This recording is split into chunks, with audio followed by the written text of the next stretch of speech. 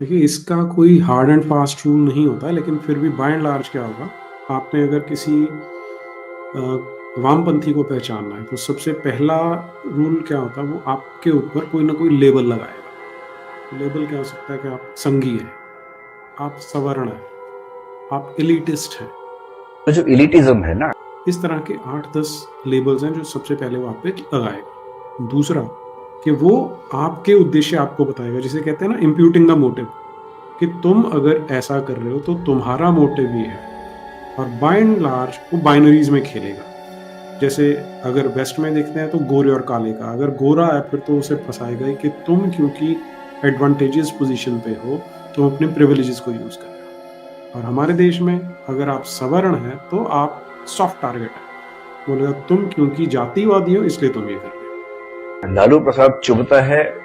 अगर चुभने की वजह भ्रष्टाचार होती तो अलग बात थी। चुभने की बड़ी वजह है कि एक निम्न जाति का आदमी इतने कॉन्फिडेंस से कैसे बोलता है कि अगर वो सनातन धर्म विरोधी है, वो हिंदू विरोधी है, तो कितना मर्जी बड़ा क्रिमिनल हो, ये उसे जस्टिफाई करेंगे, उसे ग्लोरीफाई करेंगे। फॉर एग्जाम्पल अगर आप बात करें मोहम्मद शहाबुद्दीन की, जो सिवान वाला, मतलब उससे बड़ा गुंडा, उससे बड़े गुंडे भी हैं, मैं उन पे भी आऊंगा, लेकिन एकदम रॉ गुंडागर्दी वाला आदमी था, उसे ये इंटेलेक्चुअल फायर कवर देते हैं।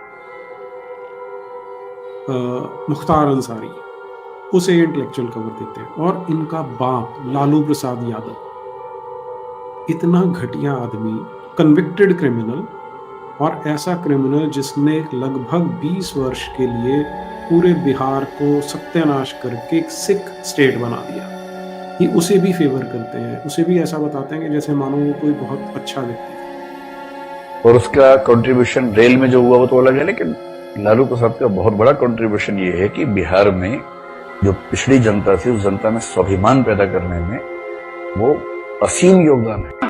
अगर आप लालू यादव का ट्रैक रिकॉर्ड देखने बैठेंगे ना, तो ये वो था जिस समय सत्ता में था तो पूरी बेशर्मी से बोलता था कि तुम राम मंदिर स्थापित करना चाहते हो, बताओ प्रूफ कहाँ है, प्रमाण कहाँ है, प्रमाण कहाँ है, बोलता था। क्या राम जन्मभूमि कौन है, कहता कि यही है राम जन्मभूमि, यही राम नीचे दबे हुए हैं, छिपे हुए हैं, बाबरी मस्जिद दाब के रखे हुए हैं। कहाँ खेसरा खतियान प्लॉट नंबर कुछ है कोई प्रमाण?